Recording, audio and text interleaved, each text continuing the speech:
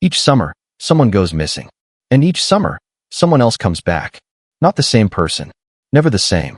Just another child. Last seen 1 year prior. Appearing from the same woods the last one vanished into. That's how things work in Marrow Falls. And everyone pretends it's normal. 3 years ago, it was Samira. She was 12. I remember waking up to find her standing in the doorway of my kitchen, ticks crawling on her arms, her cheeks, even tangled in the roots of her thick hair. She smiled at me, wide, bright, and wrong. It was already decided. She had been chosen. Even the bugs knew. They had tunneled through cracks in the walls, through the windowsill, climbed the floorboards just to find her. Just to feed. To mark her. I should have been terrified. But everyone else was celebrating. "The girl's blessed," said our math teacher. "She's special," murmured the butcher, holding a dripping cleaver. "She was always meant for more," our mayor claimed, shaking her father's hand at the town square like it was a campaign event. And her parents? They were smiling too, despite what was coming, despite what they knew, because being chosen was an honor. They said it had nothing to do with money, or luck, or performance. You didn't bribe anyone. You didn't win a contest. You got picked because you were pure. Nature chose you. And nature doesn't make mistakes. That's what they said. It was June when the ticks came. Always June. By then, the town had already made up its mind. Every year, it was the same. One kid, covered in parasites. One family grinning through tears. And then the chant. 17 words, repeated like prayer. Those who leave for Glass Hollow have perfect potential. Those who return a year later are perfect. Samira repeated it constantly. She carved it into her camp notebook. Whispered it in her sleep. She was proud. I wasn't. I wanted to be. I really did. But something in my gut twisted every time she smiled that wide, distant smile. Every time someone called her brave. Every time she scratched at her skin like it was shedding. I remember one morning clearly. She sat across from me at the table, buttering toast while a black tick crawled along her cheek toward her mouth. I moved to brush it away. My fingers hovered, just a pinch from its bloated body. Then, slap. Her dad's hand hit mine hard. I yelped. He towered over me, eyes dark. "You don't touch her. Not now." His voice was sharp, like glass in your ears. Samira didn't even blink. She was still smiling. And then, the tick reached her upper lip and disappeared, right between her teeth. She didn't flinch, didn't even blink, just chewed once, swallowed, and went back to her toast. I didn't tell anyone. What was I supposed to say?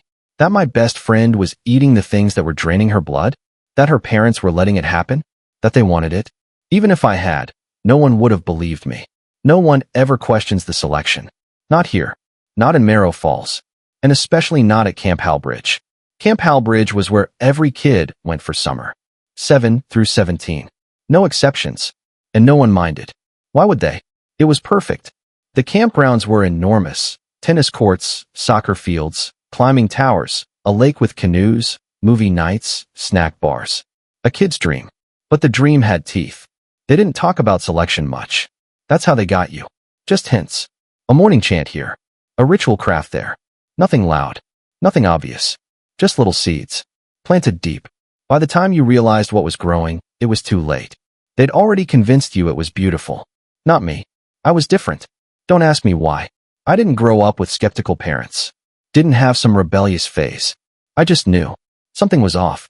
When they talked about Glass Hollow, I felt my stomach turn. Like I could hear something. Something beneath the words. A scream. A hum. Something old. Something alive.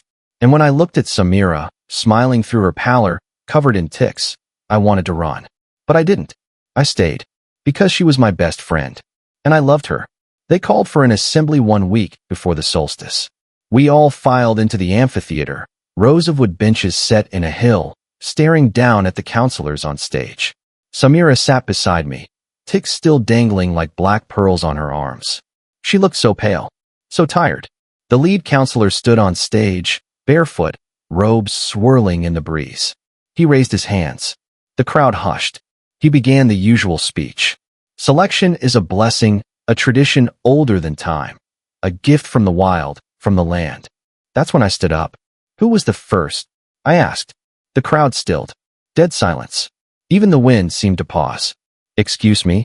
The counselor asked, lips tight. You talk like this has always happened.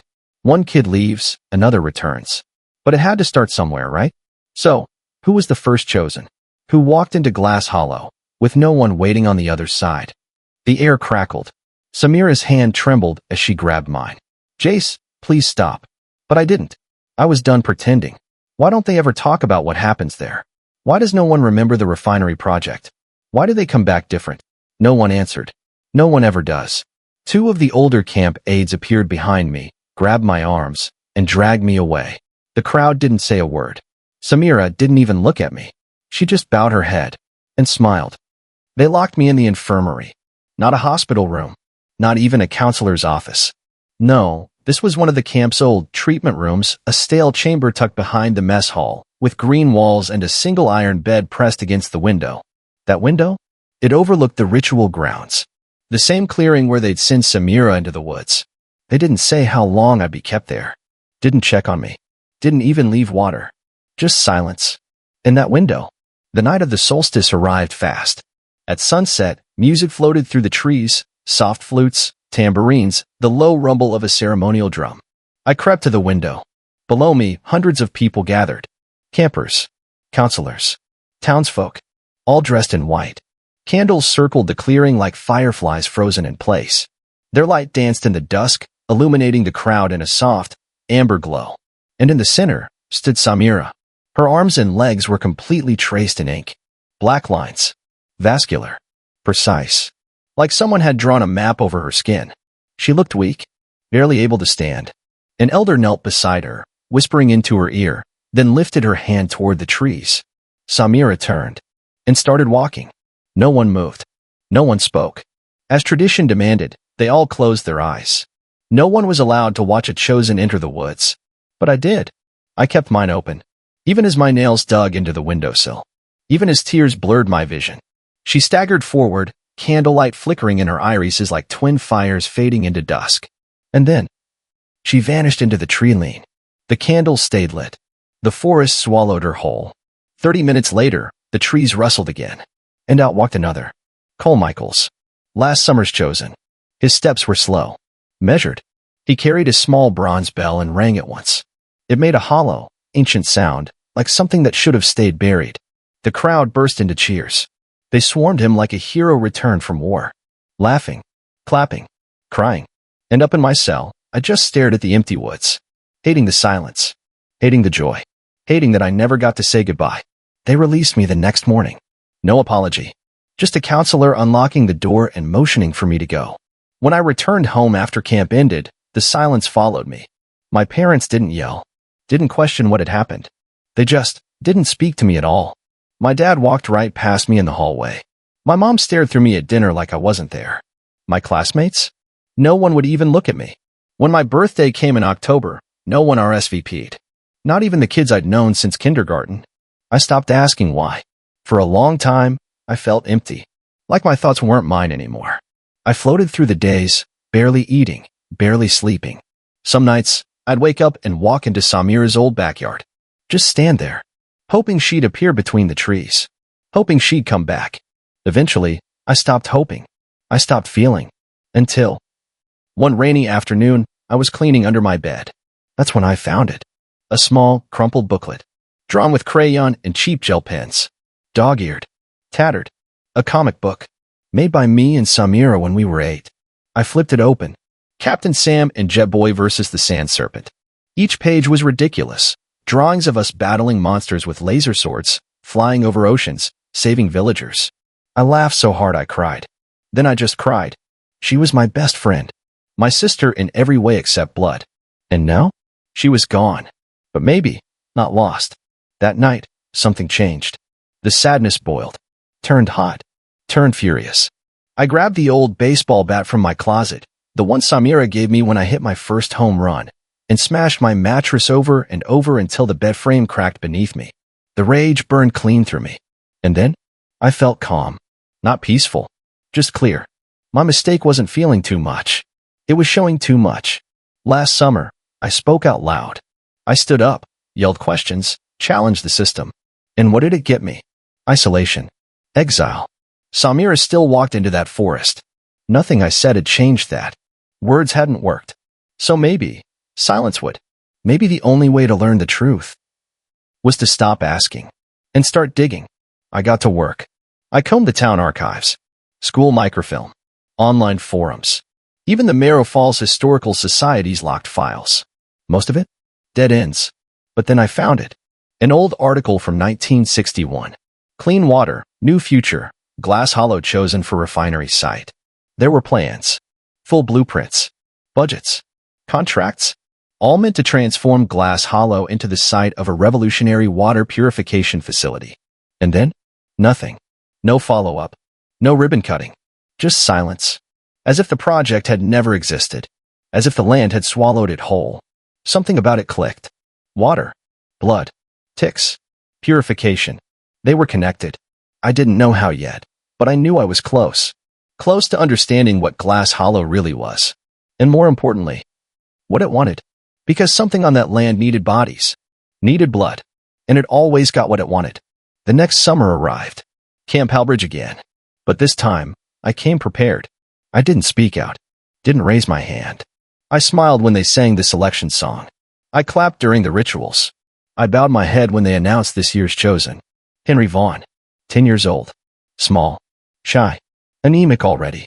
His arms were covered in ticks by week 2. They gave him iron supplements with every meal, pretending it would help. It wouldn't. On the night of the solstice, I didn't blink. I watched him vanish into the trees. Watched the crowd pretend to cry. And 30 minutes later, she returned. Samira. She stepped out of the forest like she'd never left. Samira. Alive. Whole. She stood at the edge of the clearing, a small bell in her hand. She rang it once. The sound, it didn't echo. It rippled. I felt it in my teeth. And just like that, the crowd erupted. People screamed, laughed, collapsed in praise. Someone shouted her name like a prayer. Another cried into their hands. But me? I couldn't move. I stared at her. And something inside me clenched. Because she looked perfect. Too perfect. Her skin was flawless. No more ticks. No scars. Not even a mosquito bite. Her face was fuller. Her posture strong. Her hair thick and shiny like it had never seen a bad day in its life.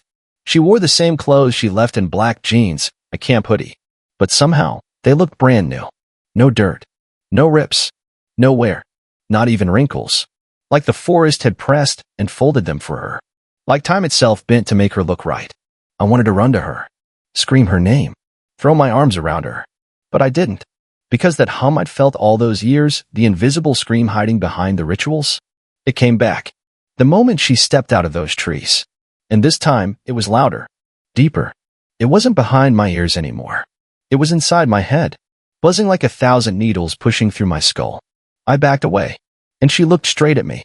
Her eyes. They were green. Always had been. But that light? That spark? It was gone. Over the next few days, I tried to convince myself I was wrong.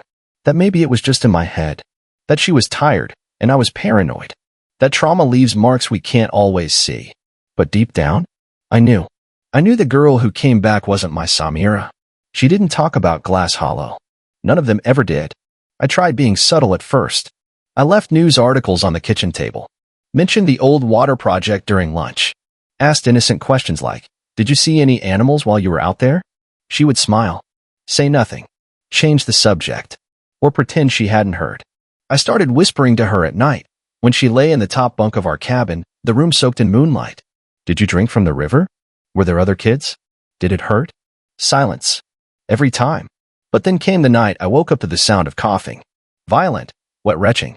At first, I thought it was a dream. Then I heard it again. Along with whispering. Low. Garbled. In her voice. I tiptoed across the cabin, careful not to step on the boards I knew creaked. The bathroom light was off. Only a faint sliver of moonlight leaked under the door. "Samira." I whispered. No answer. More retching. More whispers. I slowly pushed the door open. And froze. She wasn't near the toilet. She was sitting inside the shower. Glass door closed. Back to me. Her shoulders trembled. Her arms moved in slow, shaky circles.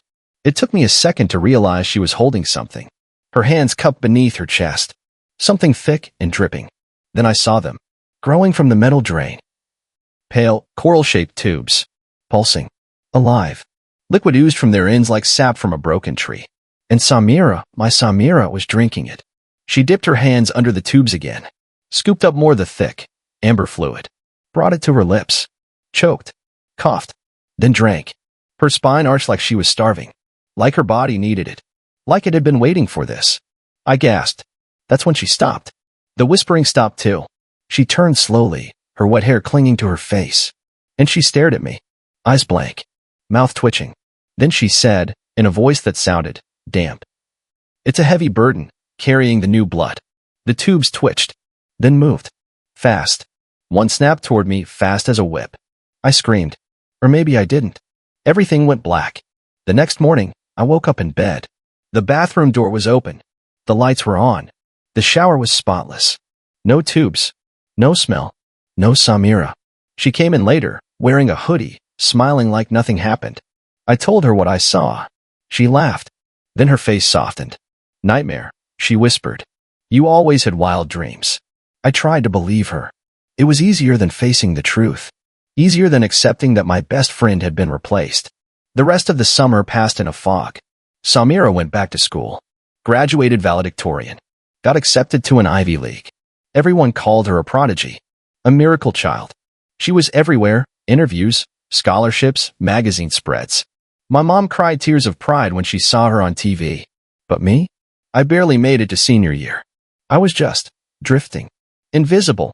Except to one person. Her name was Hannah. She transferred to Marrow High in January. Quiet, smart, and skeptical. We met after school one day near the gym.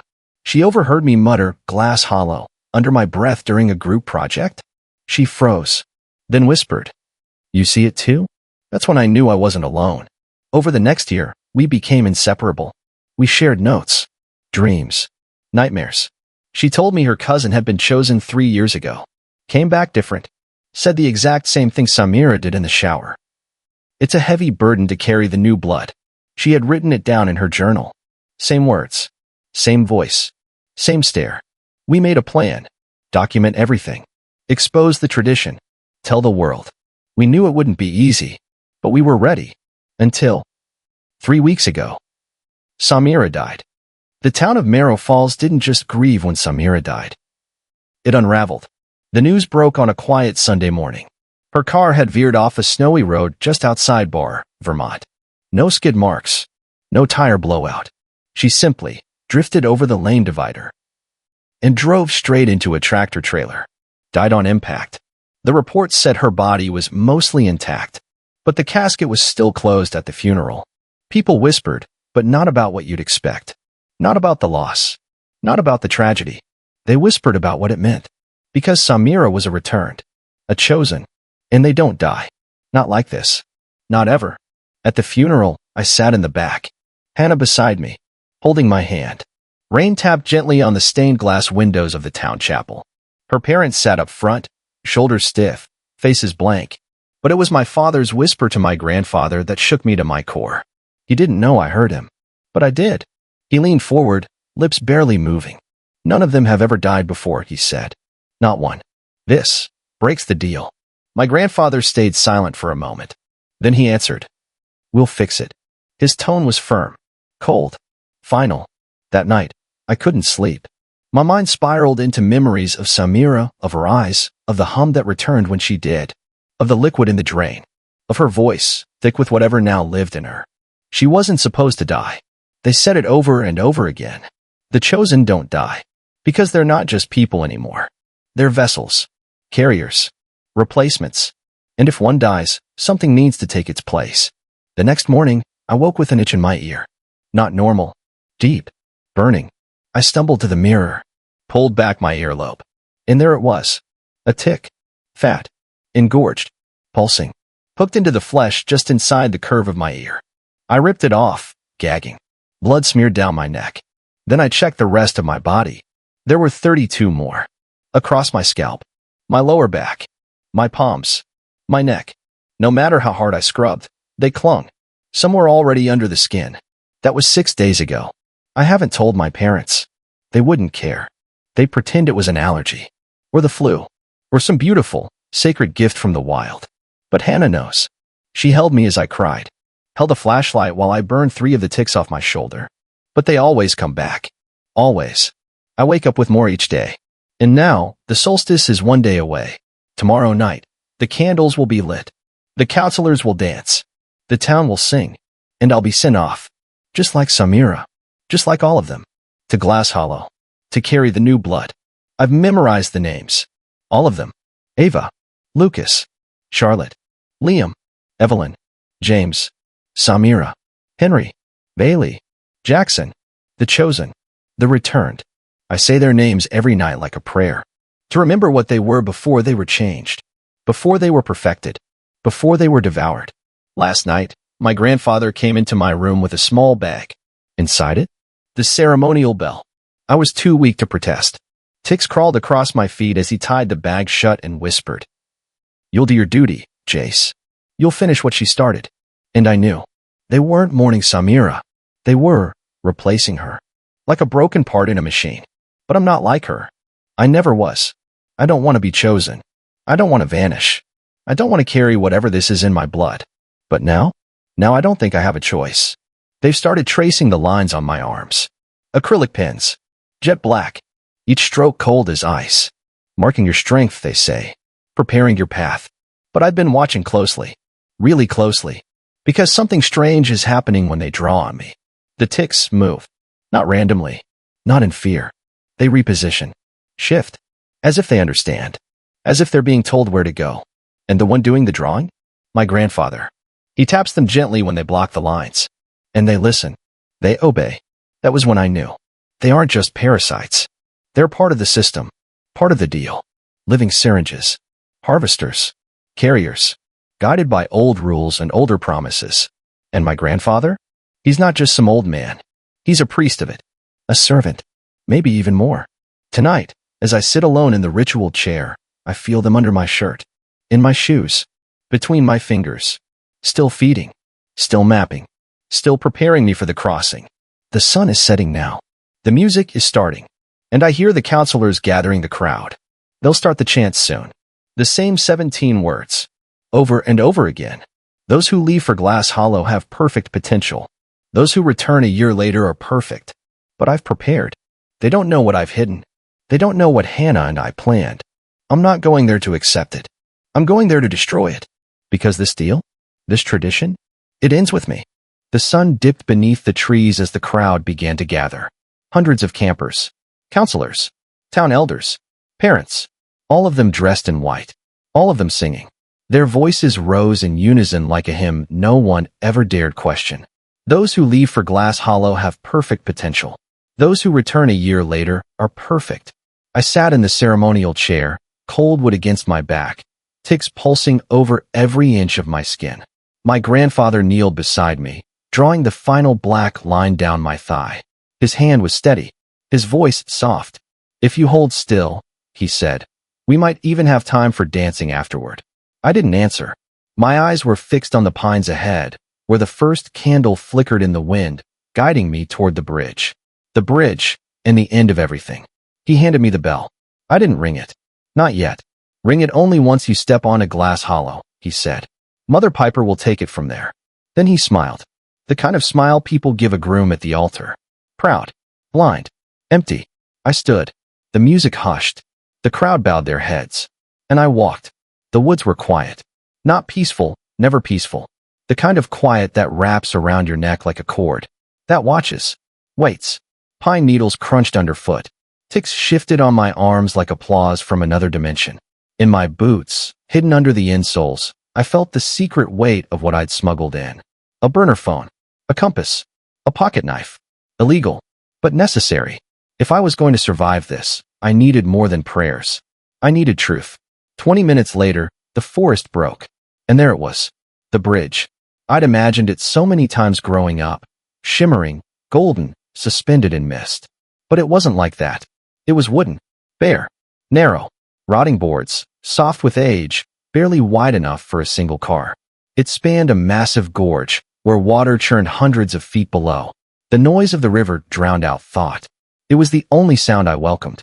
Then, creaking. Footsteps. Someone coming toward me. Out from the shadows stepped Jackson. Last year's chosen. 12 years old. He wore denim overalls and a plain white shirt, just like when he left. Except now, he walked like an adult. Eyes cold, movements precise. "Hey, Jace," he said. "You're not who I expected." He stopped halfway across the bridge. Smiled. "Mother Piper's waiting. Ring your bell when you cross. She'll handle the rest." I didn't move. I couldn't. Something inside me froze. A fear I couldn't name held me there, 1 foot on the bridge, 1 foot still on camp soil. Jackson tilted his head. "Move." I stayed still. "Do you remember your place in the hierarchy?" he snapped. I said move.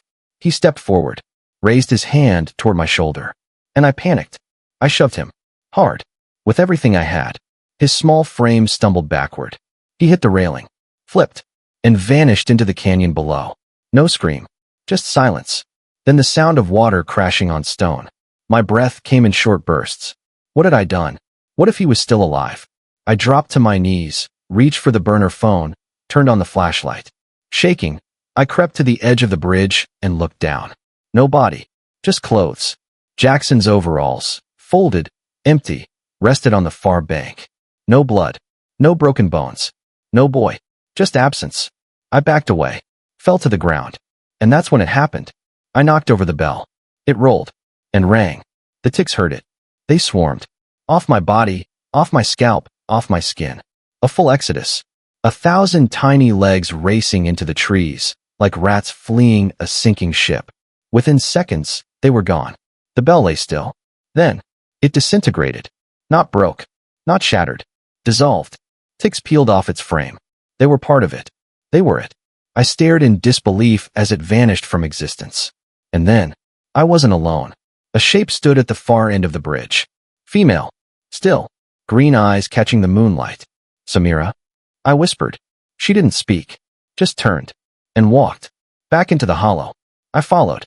She never looked back. Every time I blinked, she was farther ahead. Sometimes just a few feet. Sometimes 50. But always just out of reach. We passed through the woods, across a field, into a forgotten town. Houses covered in moss. Windows broken. Nothing moved. Except the vines. And the tubes. Pale coral-colored growths snaked across the ground, pulsing like veins. They burrowed into the rock and out of the riverbank. I knew their smell. Damp. Rotten. Sweet. The same smell from the shower that night. Where Samira drank from the drain. Where she whispered about the new blood.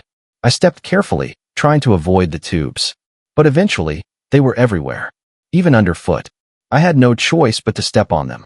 Ticks began to appear again, lined along the cliffs, stuck to trees, frozen in place. Millions of them. They didn't move. Didn't twitch. Just waited. Like sentinels. Like eyes. And still, Samira walked. Until we reached the cliffside wall. And the hole. A narrow tunnel, barely wide enough for a child to slide through. It pulsed like a wound.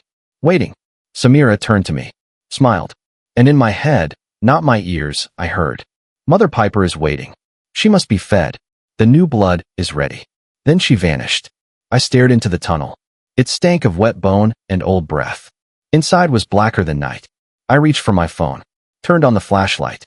Its glow barely penetrated the dark. But I crawled in anyway. Because I had to see. As the rock scraped my back and shoulders, I whispered the names like armor. Ava. Lucas. Charlotte. Liam. Evelyn. James. Samira. Henry. Bailey. Jackson. All of them. The ones who walked in. The ones who returned. And the ones who never came back. What I saw in the hollow. What I found inside. You wouldn't believe me if I told you. But here's what I'll say. It isn't just tradition. It isn't nature. It isn't even evil. It's old. Older than memory. Older than names. And it made a deal. A deal sealed in flesh and whispers and blood. But that deal is broken now. Because Jackson never came back. And I did. Not after a year. Not perfected. Not smiling. Not silent. But broken. Hungry. And human. So I'm telling you this. Not for pity. Not for peace. But because you need to understand. What's coming next is worse. Because when the deal breaks, the debt doesn't disappear. It collects.